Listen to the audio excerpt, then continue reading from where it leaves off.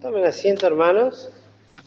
Y antes de cantar el segundo himno, vamos a tener la lectura de la palabra de Dios para hoy, que la encontramos en el libro a los Romanos, el capítulo número 8, y vamos a leer desde el versículo número 5 hasta el 9.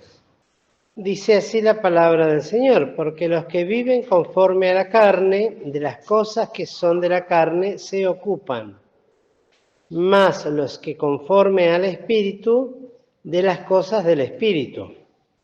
Porque la intención de la carne es muerte, mas la intención del Espíritu, vida y paz. Por cuanto la intención de la carne es enemistad contra Dios, porque no se sujeta a la ley de Dios, ni tampoco puede. Así que los que están en la carne no pueden agradar a Dios. Mas vosotros no estáis en la carne, sino en el Espíritu, si es que el Espíritu de Dios mora en vosotros. Y si alguno no tiene el Espíritu de Cristo, el tal no es de él. Hasta el versículo 5 habíamos llegado la semana pasada, hablando particularmente, y las últimas definiciones que habíamos dado con respecto a este versículo era con respecto a la primera parte, con respecto a los que viven conforme a la carne, y justamente decíamos que de las cosas que son de la carne son de las que se ocupan constante y permanentemente. Por lo tanto, lo que vamos a hablar hoy va a tener que ver particularmente con esa contienda que permanentemente se establece en el corazón de cada creyente, en la vida especialmente de cada uno de nosotros, y especialmente, como dice aquí, los que tienen el Espíritu de Cristo. Por lo tanto, entonces decíamos, esta forma de vivir y conforme, es decir, tomar la forma, conformarse, adaptarse y desarrollar la forma de vivir de la carne, que es interesante porque el domingo a la mañana se mencionó, por lo menos en la clase de los mayores, lo que era la estructura del hombre viejo, del hombre carnal, del hombre caído, o del viejo hombre, como lo define la palabra del Señor, y se decía del hombre que caído en el pecado, que ya nace en esa condición y que implica tanto su espíritu, su alma y su cuerpo, y a eso se le sumaba el pecado, y sobre todo esto debemos entender que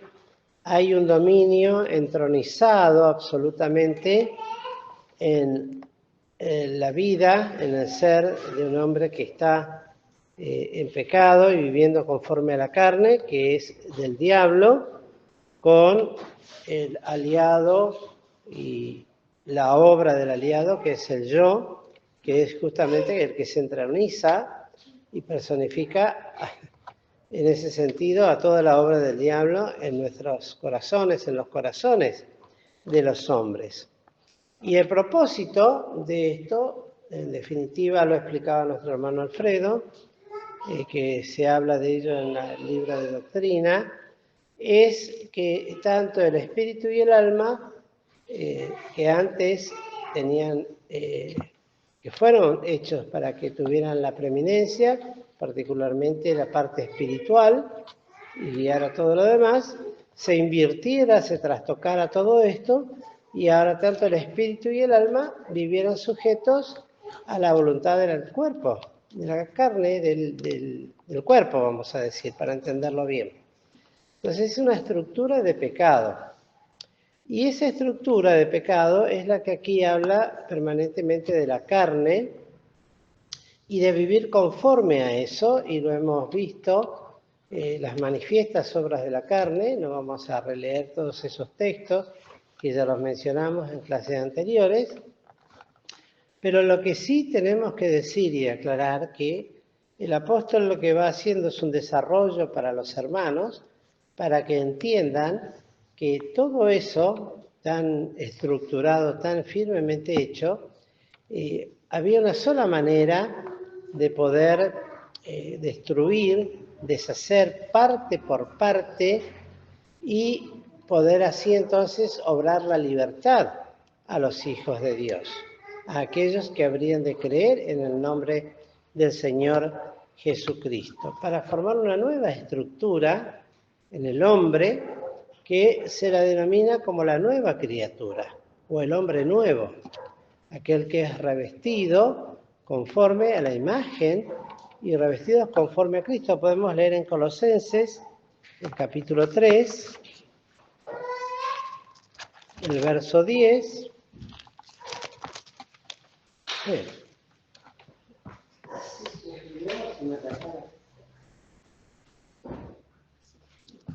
Colosenses 3, verso 10. Vamos a leer el 9 y el 10, dice: no mintáis los unos a los otros, habiéndoos despojado del viejo hombre con sus hechos, y entiéndase el hombre carnal, el hombre de pecado, habiendo sido despojados de eso, y ahora revestidos del nuevo. O sea, hay un nuevo hombre, una nueva criatura, la cual, dice,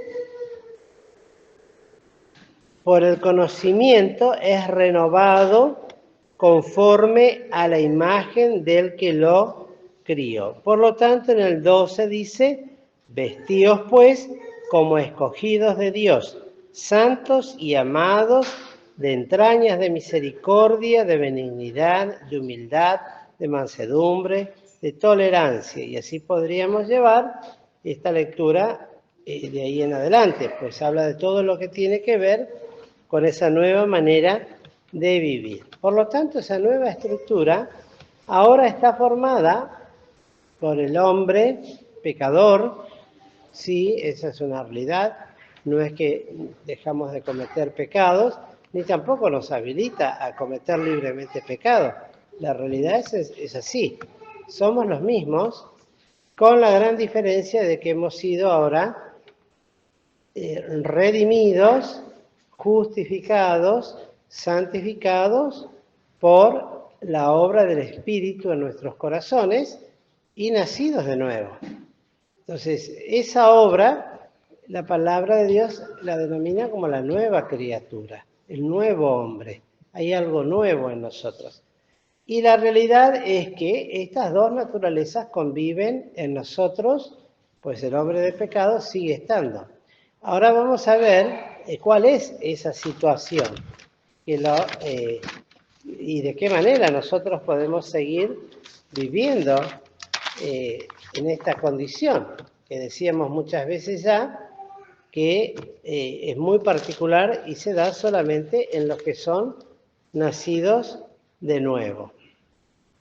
El propósito del versículo acá que leíamos era: así como están los que conforme a la carne, que se ocupan solamente de las cosas que son de la carne, y hemos descrito las tantas cosas que el hombre hace permanentemente para satisfacer sus propias concupiscencias desmedidas, algunas realmente, y todas generalmente, son absolutamente una transgresión delante de los ojos de Dios. Ahora, en este mismo versículo, contrasta, por eso habíamos dicho también que es un capítulo de contrastes, más los que conforme al Espíritu. Quiere decir que ahora, ya librados de ese poder del pecado que nos tenía sujetos, está la posibilidad absolutamente abierta para que el hombre de Dios, ahora el hombre que ha nacido de nuevo, se conforme pero a la vida del Espíritu, a una vida espiritual, la cual es posible, ¿para qué? Para que se ocupe de las cosas que son del Espíritu de Dios y que alimentan a la vida del creyente y del Espíritu. que Dios, y es una antítesis totalmente del viejo hombre. Es la antítesis, ¿qué quiere decir? Que es todo lo contrario. Por eso decía, así como antes presentabais vuestros miembros para servir a la injusticia, ahora presentéis vuestros miembros para servir a la justicia. Totalmente lo contrario. Lo que antes hacíamos, bueno, ya eso es dejado atrás y hay que empezar a vivir la nueva vida. Es decir, seguimos en la misma dirección, pero en el sentido contrario. Es lo que habla de una verdadera y genuina conversión. Es donde Dios, entonces, ahora pasa a ser el que ocupa ese trono del cual fue despojado el viejo hombre, el yo, que gobernaba y hacía todas las cosas conforme a su voluntad. Y el hombre vivía sujeto a semejante servidumbre de pecado y no podía dejar de ser otra cosa que pecar. No está en el hombre natural sin Cristo el vivir de una manera que no sea esa. Podrá buscarse, como se decía también, formas morales, procurarse de una manera estoica o moralista o altruista, en fin, todos los, podríamos decir, adjetivos que se le pueda dar a aquellas personas que tratan de moralmente elevarse o ser mejor que los demás, pero no dejan de hacer otra cosa que la voluntad de la carne. En este caso es un yo orgulloso que después eso lo va a utilizar justamente para levantarse también contra Dios. Pues yo no necesito a Dios para dejar de hacer aquellas cosas que la demás gente procuran. Por lo tanto, en el creyente que se ocupa de las cosas del Espíritu, lo primero es entronar al Señor en su corazón. Que Dios esté en el lugar en que antes estaba el yo. En la medida en que el yo, por la fe, va siendo llevado permanente y constantemente al lugar donde tiene que estar, porque Dios le apropió un lugar que es el de la cruz y no hay otro para la vieja naturaleza, y después vamos a ver por qué, ¿no? Y luego nosotros también, una vez que Dios es entronado en nosotros, hay toda una obra de presentación y lo que decía en el capítulo 6, de saber, de presentar, de experimentar y no prestarse a esa pasada manera de vivir y querer experimentar en la vida la voluntad de Dios. Eso habla de la experiencia de aquel que se ocupa de las cosas del Espíritu. Tiene un genuino, verdadero interés de querer experimentar aquellas cosas que nos enseñan en la palabra de Dios, que se nos enseña en las distintas predicaciones, a lo que es guiado por el Espíritu, que le da testimonio a su Espíritu, que es un hijo de Dios. Hay un genuino interés de buscar. En una oportunidad, hablando con un hermano que hoy está de novio, no es de acá de la iglesia, lo digo, ¿no? Para que nadie se sienta aludido, es de otra iglesia. Él se había puesto de novio con una chica creyente, pero me contaba él en una conversación así íntima que teníamos, no de contar cosas feas, sino íntima en el sentido de que estábamos los solos, y me decía que estaba preocupado porque ella no tenía, si bien él en un momento se sintió atraído hacia ella, en un sentido, y aún físicamente, pero después tratándola, no tenía la misma inclinación de carácter espiritual que él deseaba adquirir. Por ejemplo, ¿no? Cuando estaba en la reunión de jóvenes, se quejaba porque tenía que ir a la reunión de jóvenes en lugar de salir ellos dos a pasear o ir al cine o a tomar algo, y siempre en la reunión, y se quejaba de que tenía que levantarse temprano para ir a buscar a los chicos de la escuelita, o por ahí tenía que ir a todas las reuniones, y le pedía a él que, bueno, si la amaba, que le demostrara, que le cediera un poco, que no sea tan estricto él en su conducta y que cediera. Aflojá un poquito vos también. Para que esto funcione, yo aflojo un poco, pero vos también aflojá. ¿Entendemos cuál es la cosa? A lo largo terminó con la chica, bueno, gracias a Dios. Hoy está de novio con una chica que tiene el mismo sentir en las cosas espirituales, sin necesidad de ser forzada, ni violentada en el sentido de obligada, de tener que decirle tenés que estar acá, tenés que estar allá, sino que como creyente tiene sus propias decisiones de carácter espiritual y que demuestran el interés que tiene de querer servir y agradar a Dios y aún también todo lo que hace a la obra del Espíritu en su vida interior. Estaba muy contento, él dice, bueno, le doy gracias a Dios porque a lo que renuncié en un primer momento, la verdad que a mí me dejó muy mal eso, lo padecí mucho tiempo, pero hoy me doy cuenta que hice bien. ¿Por qué? Porque ahora veo la gran diferencia que había. Y el final de una persona y la continuidad de otra. Porque la otra persona, lamentablemente, inclusive se apartó, está saliendo con gente del mundo, etcétera, etcétera, etcétera. Eso no hace falta que dé nombres porque eso se suele suscitar muchas veces, ¿no? En muchas experiencias. Entonces, ¿cómo esto, qué importante que es? Que eso haya en uno y en el otro, por supuesto. Y por ende, desear vivir esa vida que el Señor nos propone.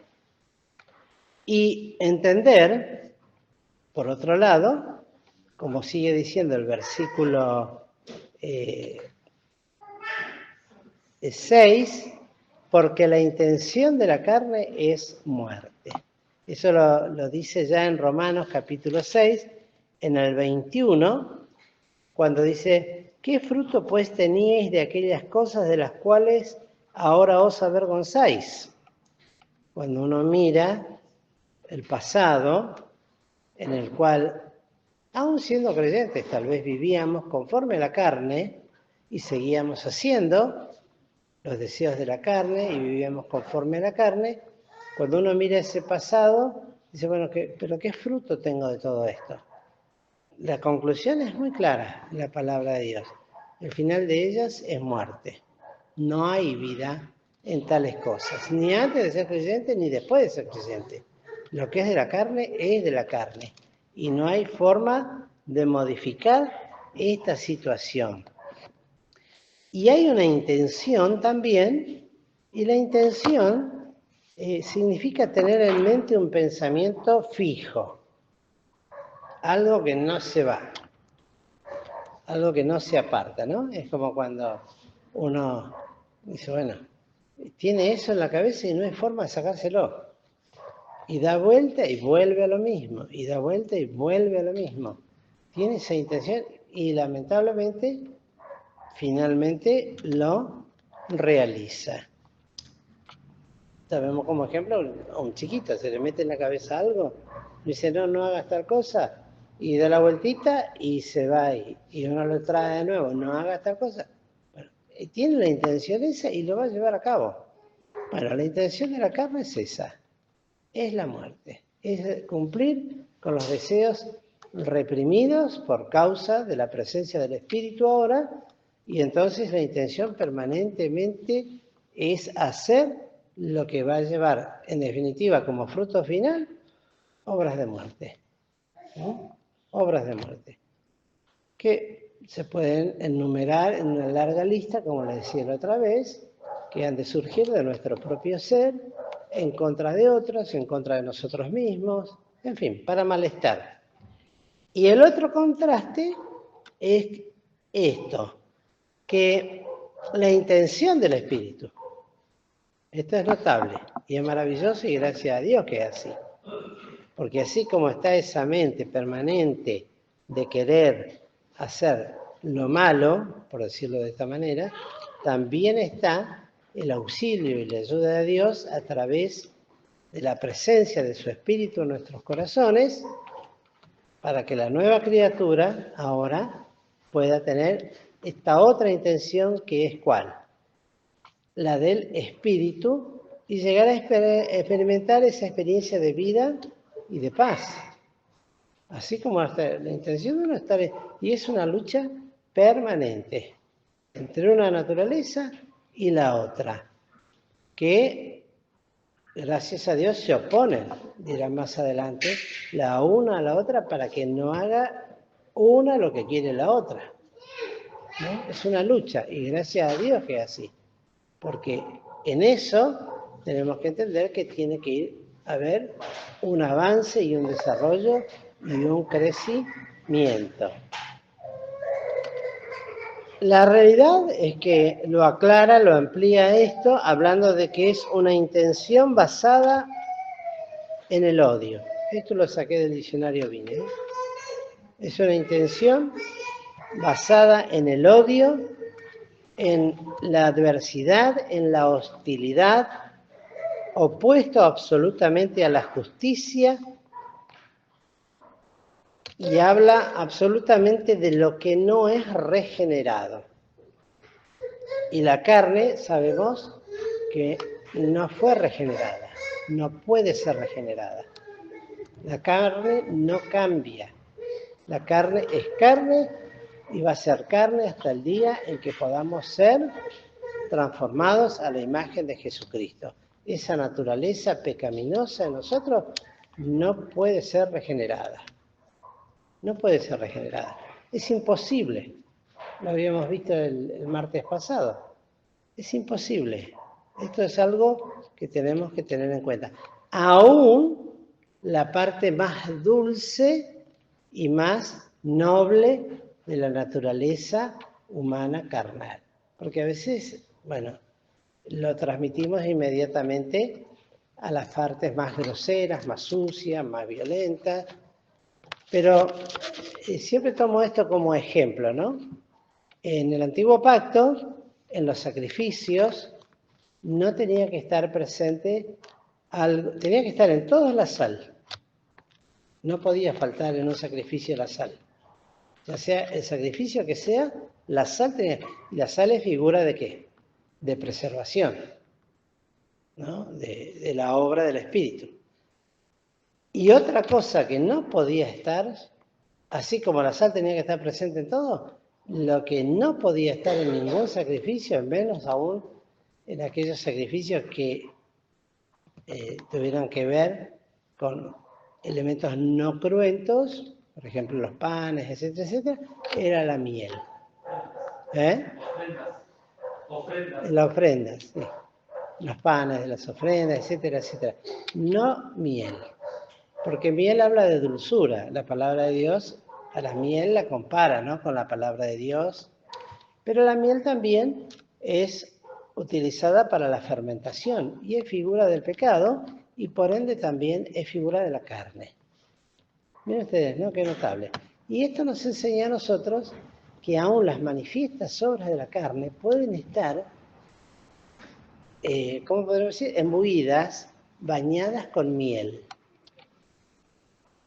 Lo dulce, pero no deja de ser, como decía nuestro querido hermano don Armando, la misma carne podrida. Que en este caso, y tiene la capacidad de llenarse de miel y parecer.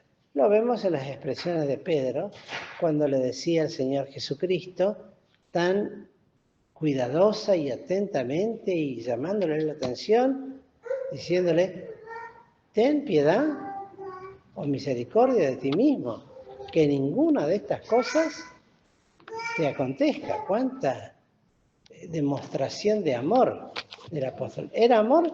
Sí, era amor. Pero era un amor humano. Era un amor de la carne. No era el amor de Dios. Por eso el Señor lo tiene, porque no solamente veía en Pedro, sino aquel que estaba detrás de Pedro,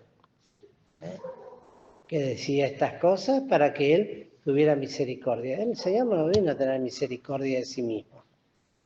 Él vino a dar su vida. Por eso lo tiene que reprender y decirle, no conoces las cosas que son de Dios. Vemos que la carne también está, aún en ese aspecto, la intención es muerte.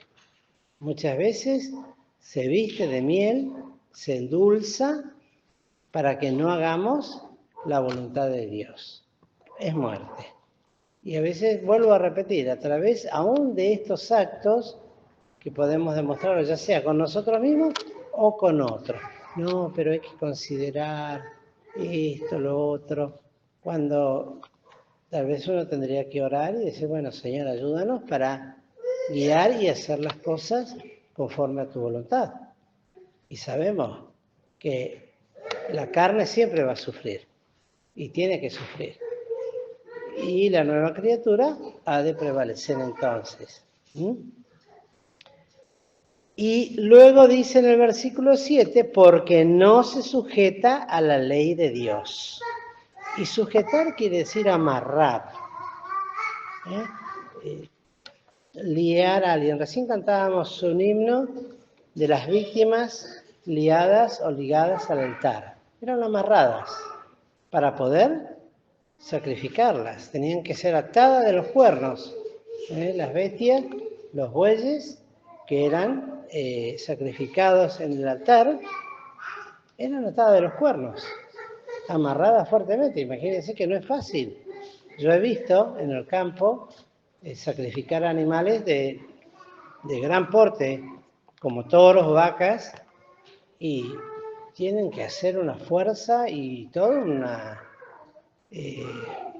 tarea de liar a las bestias, las patas, volcarlas en el piso, atarlas, y la fuerza que hacen esos animales, hasta que finalmente los pueden sacrificar.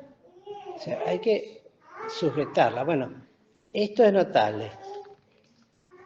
La intención de la carne es contra Dios, es enemistad. Y la enemistad, decíamos, es una condición de odio, de hostilidad, de desprecio, de no querer, y porque no se sujeta. ¿A qué cosa? A la ley de Dios. Qué notable, ¿eh? Y a esto quería llegar un poquito. Ni siquiera la ley de Dios puede sujetar la carne. No la puede sujetar. Lo único que fue capaz de sujetar y de enclavar a la carne fue el Señor Jesús con su propio sacrificio. Era imposible para la ley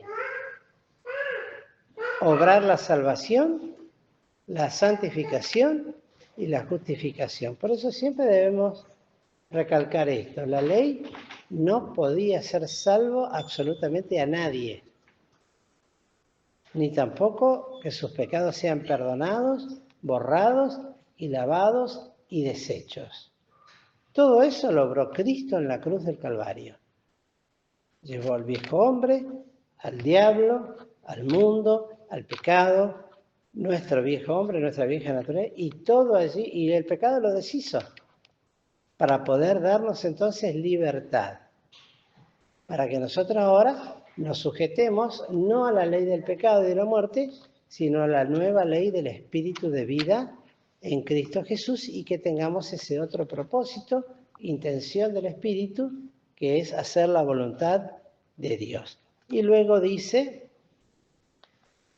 que tampoco puede, y no debemos tener lástima por esto, no puede por la condición natural que tiene el pecado y lo que es la vieja naturaleza.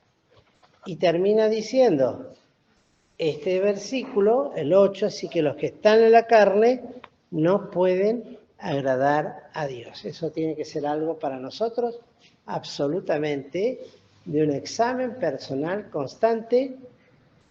A veces nos cansamos y hasta nos olvidamos de examinar si las cosas que hacemos las hacemos en la carne o en el espíritu. Por supuesto, tiene que haber una confianza después de la oración y de la humillación y de ponerlo delante del Señor y mirar y velar y estar atento que lo que hago lo hago en el Espíritu. Y el Señor va a dar testimonio a mi espíritu de tal cosa. Si lo hacemos en la carne, todo eso no ha de agradar ni ha de quedar, sino que se quemará, cual hojarasca, madera y heno. Y luego nos dice a nosotros, mas nosotros no estamos en la carne, sino en el Espíritu. ¿Sí que? Si el Espíritu de Dios mora en nosotros. ¿Mora en nosotros el Espíritu Santo? Gracias a Dios. En mí por lo menos sí. Y creo que en muchos de los que estamos acá también. Sí, no es que en todos mora el Espíritu de Dios. Y por lo tanto, si mora el Espíritu de Dios, como decía en el capítulo anterior, si vivimos en el Espíritu, andemos también en el Espíritu procurando no satisfacer, como dice en otra palabra, las manifiestas obras de la carne, sino todo lo contrario. Procurar de vivir conforme a esta nueva ley escrita en nuestros corazones por la presencia del Espíritu de Dios. Y si alguno no tiene el Espíritu de Cristo, muy claro, el tal no es de él. El Señor pues nos bendiga.